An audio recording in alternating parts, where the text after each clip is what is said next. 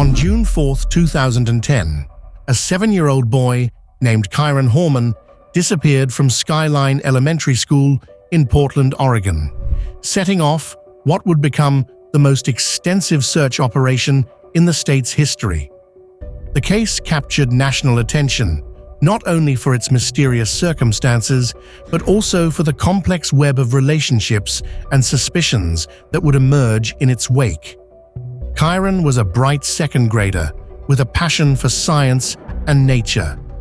Despite having poor vision that required thick-framed glasses, he excelled in advanced math placement and was even learning sign language. His infectious smile and enthusiasm for life were trademark characteristics that made him stand out among his peers.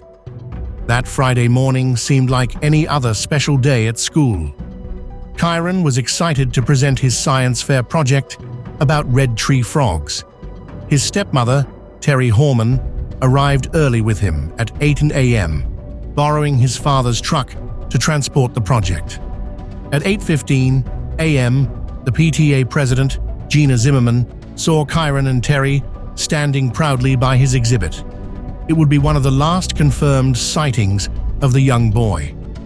At 8:45 a.m., Terry watched Kyron walk toward his classroom. 15 minutes later, another student reported seeing him near the school's south entrance, the final known sighting of Kyron Horman. Kyron's teacher marked him absent, unknowingly setting in motion a chain of events that would perplex investigators for years to come. The day progressed with Terry running various errands, including visits to 2 grocery stores and a workout session at a 24-hour gym. At 1:21 p.m., she posted a photo on Facebook of Kyron with his science fair project, an image that would later become iconic in the search for the missing boy. The first real alarm was raised at 3:30 p.m. when Terry and Kyron's father, Kanye, met the school bus only to discover Kyron hadn't been in school all day. By 3:45 p.m., the school secretary had contacted 911, and police were on their way. Within hours, the FBI was involved, and search and rescue teams were combing through every inch of Skyline Elementary, including a nearby tunnel. What followed was an investigation that would span more than a decade, involving over 1,300 searchers, multiple law enforcement agencies, and countless leads. The case would tear apart families, raise serious questions about school security, and leave a community searching for answers that continue to elude them to this day. The investigation quickly took several dramatic turns. Within days of Kyron's disappearance, what began as a missing persons case transformed into a criminal investigation. The search expanded beyond the school grounds to include Sauvie Island, a remote area approximately 6 miles from Skyline Elementary.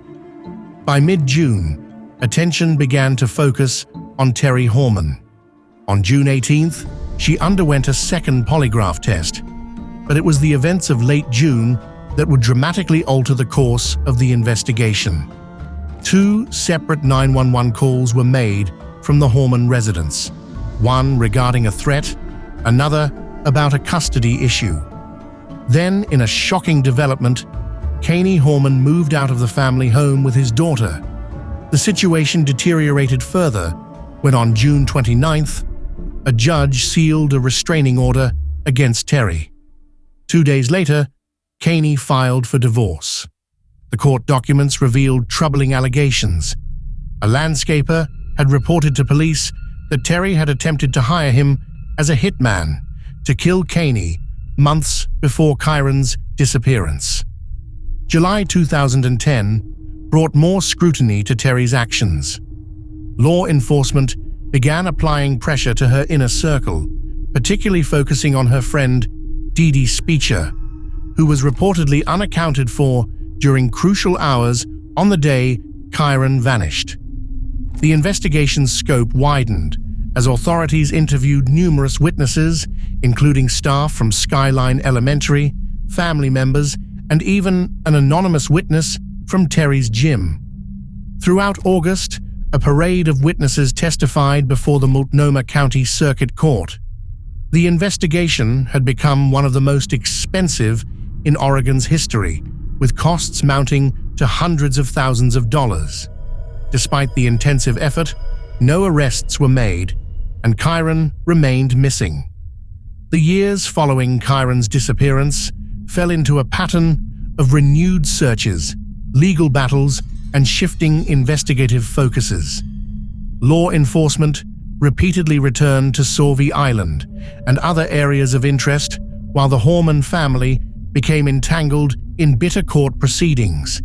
Terry and Kyron's mother, Desiree Young, engaged in legal disputes that often centered around custody issues and financial matters. In 2013, the original task force created to find Kyron was disbanded, though investigators continued to pursue leads. By 2019, the search area had been narrowed to less than 100 acres, but still, no breakthrough emerged. The case that had once commanded national attention and mobilized thousands of searchers had become one of Oregon's most haunting mysteries. On the 10th anniversary of Kyron's disappearance in 2020, his community gathered for a vigil, releasing balloons in his memory. More recently, in 2022, authorities released an age-progressed photo showing what Kyron might look like as a young adult. The image serves as a stark reminder of the years that have passed since that June morning in 2010. Despite being the largest search operation in Oregon's history, involving more than 1,300 volunteers and multiple law enforcement agencies, no one has ever been charged in connection with Kyron's disappearance.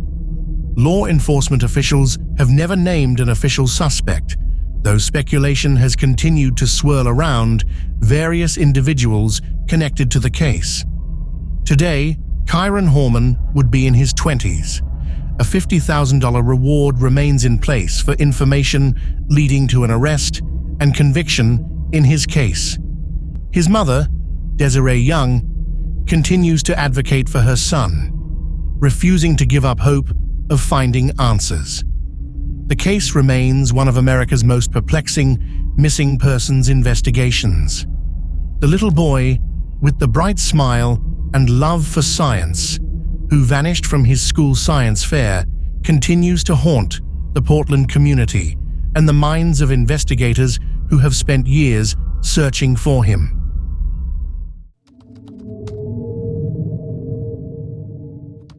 In the spring of 1977, the small town of Cornelius, Oregon, would become the starting point of a haunting mystery that remains unsolved to this day. Two teenagers, 15-year-old Karen Lee and 14-year-old Rodney Grissom, would vanish without a trace, leaving behind only scattered belongings and countless unanswered questions. Karen Lee was a typical teenager with dreams of escaping to California, a common fantasy she shared with her friend Rodney Grissom. What began as teenage rebellion would spiral into something far more sinister, potentially intersecting with the path of one of Oregon's most notorious killers. The events began to unfold on May 24, 1977, when Rodney was last seen at his father's home in Hillsborough. This wasn't Rodney's first attempt at running away. His mother, Marjorie Burt, had previously found him in downtown Hillsborough after a 3-day search, sending him back to his father's house to complete his schooling. 2 days later, on May 26th, Karen Lee made her final known communication, a phone call from a payphone in Lebanon, Oregon. Her last words to a friend were chilling in their simplicity. "Our ride is here. I have to go." The weather that day was cool, with temperatures between 45 and 56 degrees. By 11 p.m., rain began to fall, continuing through the night and intensifying into the early morning hours of May 27th. The investigation took a dramatic turn on November 7th, 1977, when a logger made a disturbing discovery in the Upper Soda Fork area of Lynn County. Hidden under heavy underbrush, Roughly a quarter-mile down a steep hillside, investigators found a bundle of clothing tied together with rope. The items included Levi denim jeans, a sweater, blanket, socks, Karen's personal papers from her journal, and a distinctive shoe that does not come off easily, according to Detective Martinac. But it was the condition of the clothing that would later draw the attention of investigators. The jeans appeared to have been deliberately cut, a detail that would later connect these disappearances to a series of violent crimes attributed to John Arthur Ackroyd, a highway department worker responsible for maintaining US Route 20. The similarity was unmistakable. The slicing pattern on Karen's jeans matched the way Ackroyd had cut the clothing of both a rape survivor, Marlene Gabrielson, and murder victim, Kay Turner. As Detective Jim Salberry would later tell reporters in 1983, they didn't just go down there and throw their clothes off. The location itself fits a pattern. Soda Fork Road, where Karen's belongings were found, bears striking similarities to other locations associated with Ackroyd's crimes. Remote logging roads branching off from US Route 20, including Swamp Mountain Road, Santiam Wagon Road, and Burnside Road.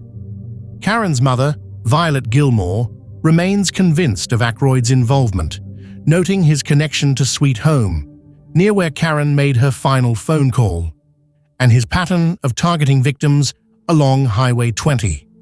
Today, Karen Lee's school scrapbook remains frozen in time, ending abruptly in 10th grade. She would be identified by her light brown hair, brown eyes, and distinctive scars on her lip and left knee. Despite the decades that have passed, both Karen Lee and Rodney Grissom's disappearances remain unsolved, their fate unknown, their story unfinished.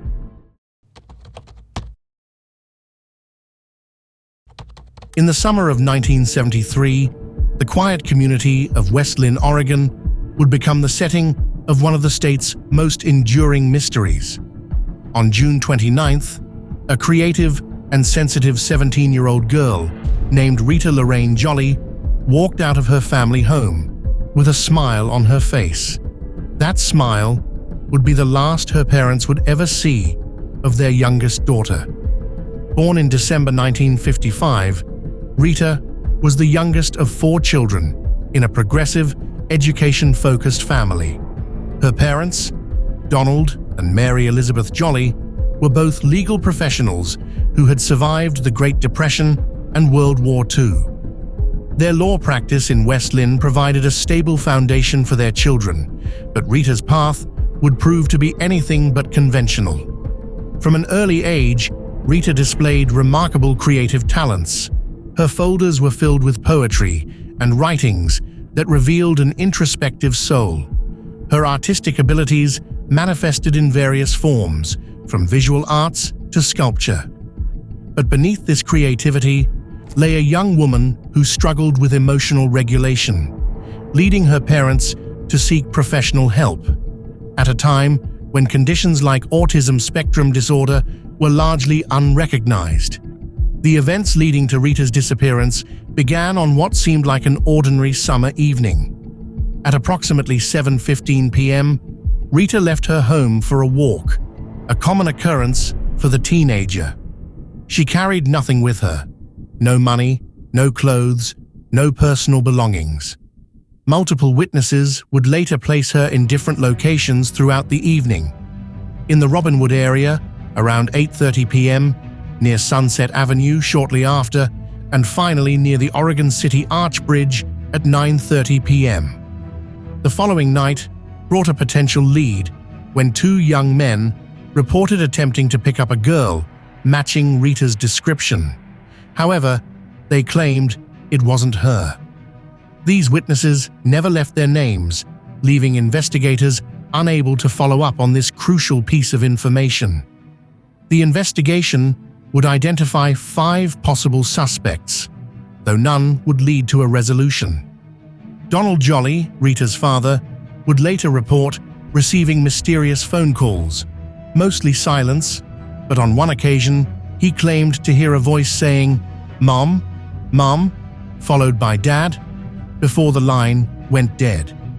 The disappearance of Rita Jolly would become one of Oregon's most perplexing cold cases.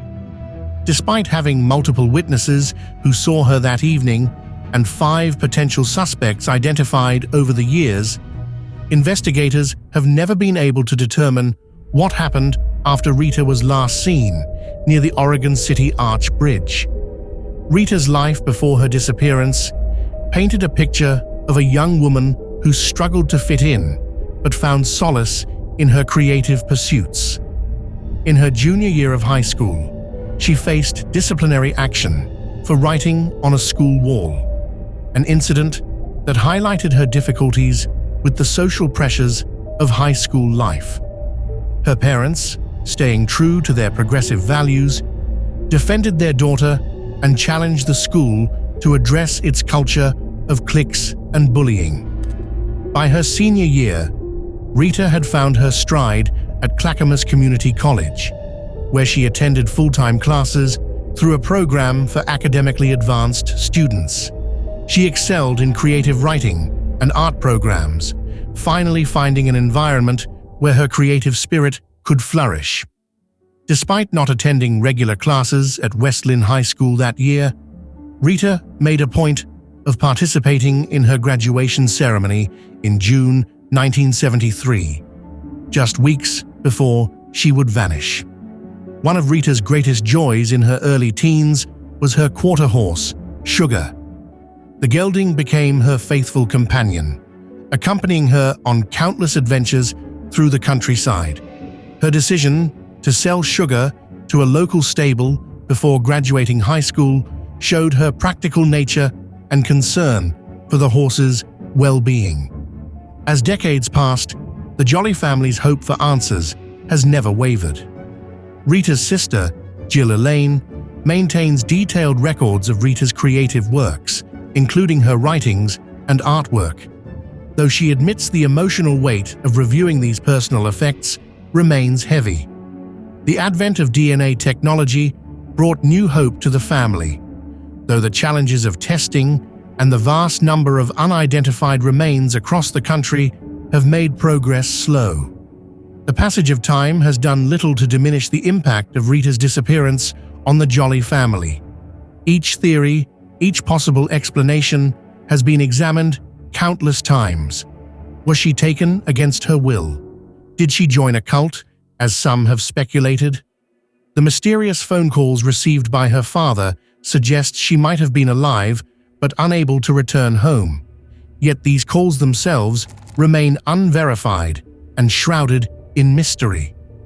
As of June 29, 2023, Rita Jolly has been missing for exactly 50 years. Her case remains one of Oregon's most enduring mysteries, with foul play suspected but never proven. The 5 suspects identified over the years have never been publicly named, and no arrests have ever been made in connection with her disappearance.